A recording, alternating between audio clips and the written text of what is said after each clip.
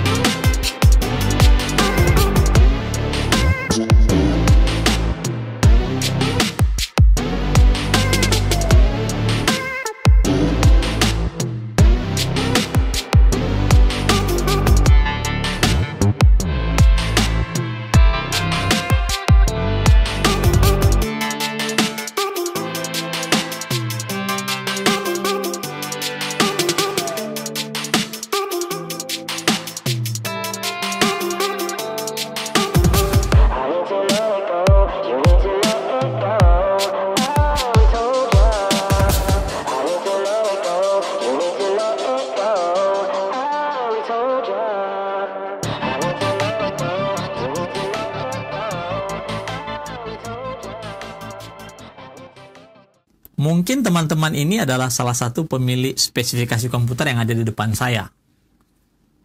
Tahu kan Intel prosesor generasi ke-10 atau biasa disebut dengan Comet Lake.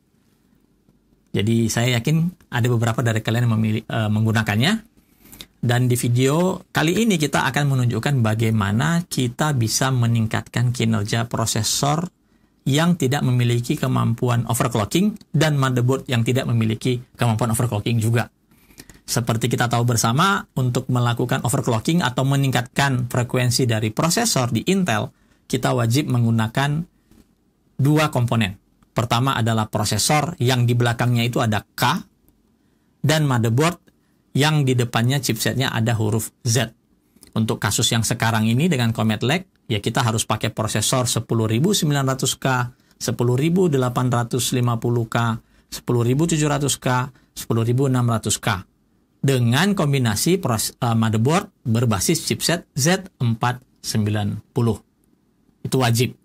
Lalu bagaimana kalau kita pakai chipset motherboard yang murah? Lebih terjangkau, misalnya B460. Otomatis meskipun kita menggunakan prosesor yang di belakangnya ada huruf K, kita nggak bisa melakukan overclocking atau peningkatan kinerja. Demikian juga sebaliknya, kita pakai Z490, prosesor yang kita pakai tidak ada K-nya.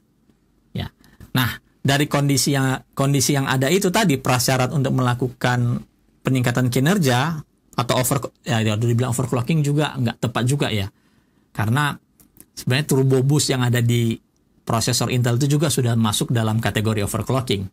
Nah, kita akan melakukan manipulasi pada prosesor yang lock multiplier ini. Yang kita gunakan di sini adalah Core i7 10700, tidak ada K di belakangnya, dengan kecepatan base clock di 2,9 GHz, lalu Intel Turbo Boost teknologi 2.0-nya di 4,7 GHz, dan dia memiliki Intel Turbo Boost Max teknologi 3.0 itu hingga 4,8 GHz. Lalu 8 core dan 16 thread, thermal design powernya 65 watt, lalu dual channel DDR4 2933, dan onboard grafik Intel UHD Graphic 630. Itu adalah spesifikasi dari prosesor yang kita pakai. Lalu motherboard yang kita gunakan untuk video kali ini dari B460M Aorus Pro, sebuah motherboard yang berada di posisi mainstream untuk gaming. Desainnya cukup menarik, mendukung RGB tentu saja. Kedua-dua RGB didukung, baik itu addressable RGB maupun RGB, itu ada headernya di motherboardnya. Kemudian juga bagian VRM di motherboard ini memiliki heatsink yang cukup besar, cukup baik untuk meredam panas yang dihasilkan dari komponen yang ada di bawahnya. Untuk kita bisa melakukan modifikasi atau bisa meningkatkan kinerja prosesor 10700 ini, kita membutuhkan motherboard yang memiliki konfigurasi VRM yang cukup baik. Dan salah satunya ada di B460M Aorus Pro. Jadi, kami sangat menyarankan motherboard yang kalian gunakan nantinya itu harus memiliki heatsink di atas MOSFET supaya bisa meredam panas. Lalu untuk bagian memori, di video kali ini kami menggunakan memori dari G.Skill FlareX DDR4 3200, tetapi hanya bisa berjalan di DDR4 2933 sesuai dengan spesifikasi prosesor. Ingat, motherboard kita itu B460, prosesor kita itu bukan K. Jadi kita dilimit pada kecepatan memori juga. Kita tidak bisa meningkatkan kecepatan memori di atas 2933. Jadi memori yang saya pakai ini sekarang seperti dalam tanda kutip itu di downclock. Turun kecepatannya dari 3200 menjadi 2933. Kemudian pendukung lainnya tentunya ada SSD yang kami pakai sebagai tempat operating system dan aplikasi pengujian. Lalu power supply dari Cooler Master MWE Bronze V2 2550 watt dan pendingin Hyper 212 LED yang juga dari Cooler Master. Nah, kuncinya itu ada di coolernya ini juga. Ketika kita mau meningkatkan frekuensi, kita harus meyakinkan atau memastikan kita menggunakan cooler yang bisa meredam temperatur. Temperatur yang kita cari adalah sebisa mungkin maksimum di 70 derajat dan kalau bisa di bawah 70 derajat agar frekuensinya itu bisa boost stabil pada setiap core yang ada di prosesor 10700. Kenapa kami tidak menggunakan kartu grafis? Karena dalam video ini kami tidak akan menguji game. Sebab manfaat atau benefit yang bisa didapatkan dari praktek mengelabui si prosesor ini sebenarnya lebih bermanfaat bagi mereka yang membutuhkan aplikasi atau menggunakan aplikasi yang membutuhkan core atau thread yang lebih banyak dengan frekuensi yang lebih tinggi. Di video selanjutnya ini kami akan menunjukkan kondisi dari standar dibandingkan dengan kondisi modifikasi yang kita lakukan di BIOS. Cara modifikasinya adalah dengan masuk ke BIOS, tekan tombol delete yang ada di keyboard Anda, dan ikuti langkah-langkah yang ada di video berikut ini.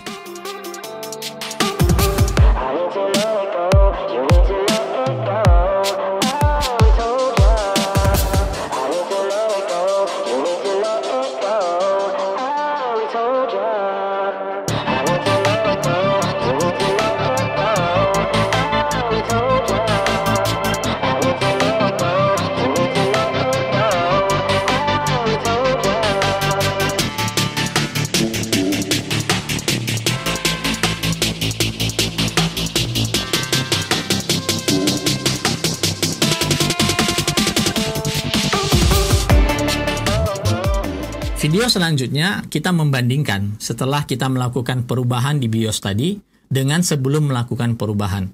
Hasilnya adalah seperti video yang tayang berikut ini.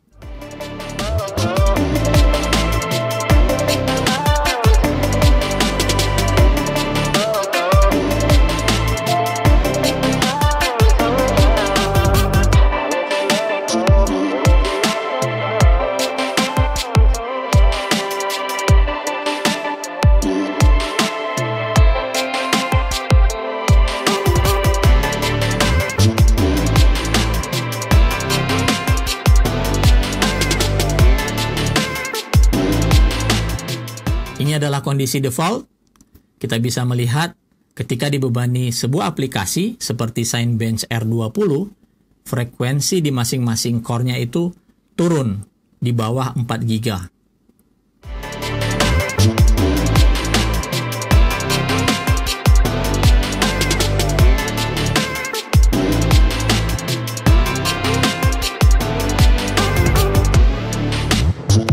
Sedangkan ketika kita melakukan modifikasi di BIOS, ada perubahan setting di BIOS, frekuensinya berubah menjadi seperti ini pada pembebanan benchmark yang sama.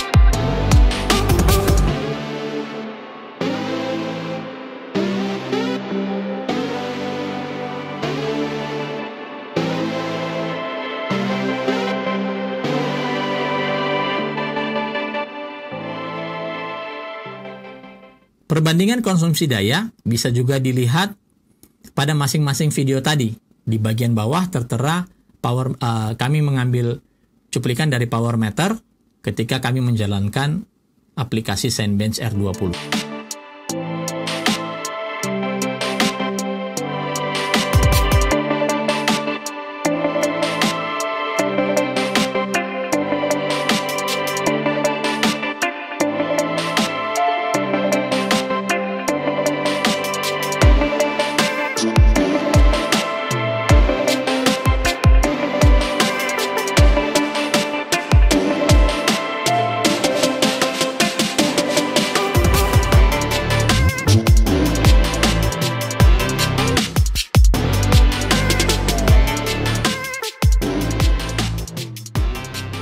Oke, tadi kita sudah lihat kan perubahan yang terjadi. Lalu, seperti apa sih benchmark atau hasil yang kita dapatkan? Kami menggunakan beberapa tools benchmark yang memang memanfaatkan jumlah core dan thread yang dimiliki pada sebuah prosesor. Kita menggunakan Keyshot Viewer Benchmark. Hasilnya bisa dilihat dalam grafik berikut ini. Cukup tinggi, signifikan hasilnya. Benchmark berikutnya adalah SignBench R20, juga angkanya cukup signifikan. Kami melakukan 10 kali tes berturut-turut looping dan mengambil rata-rata hasil dari 10 kali looping benchmark tersebut. Lalu untuk Corona Benchmark juga hasil pengujiannya lebih cepat, artinya ada peningkatan performa yang lumayan dibandingkan menggunakan konfigurasi PC ini apa adanya, apa ala kadarnya tanpa merubah apapun. Lalu SignBench R15, kami juga sama metodenya, 10 kali melakukan looping dan mengambil rata-rata. Blender, kami menggunakan Classroom. Terlihat hasil kecepatan renderingnya itu jauh lebih baik pada kondisi yang sudah kita modifikasi. Handbrake juga ada perbedaan meskipun tidak signifikan, karena di Handbrake peranan dari Intel Quick Sync Video itu cukup terasa. Ingat tadi kami menggunakan onboard IGP yang ada di prosesor ya. Dan terakhir V-Race Benchmark juga kita lihat pada kondisi modifikasi itu jauh lebih tinggi performanya dibanding standar. Nah, itu adalah yang kami bisa sharing di video kali ini. Lumayan kan? Dari kondisi standar apa adanya. Kadang-kadang orang atau kita yang merakit dengan atau menggunakan PC dengan spesifikasi seperti itu bisa sudah pasrah saja ya, karena nggak bisa diapa-apain.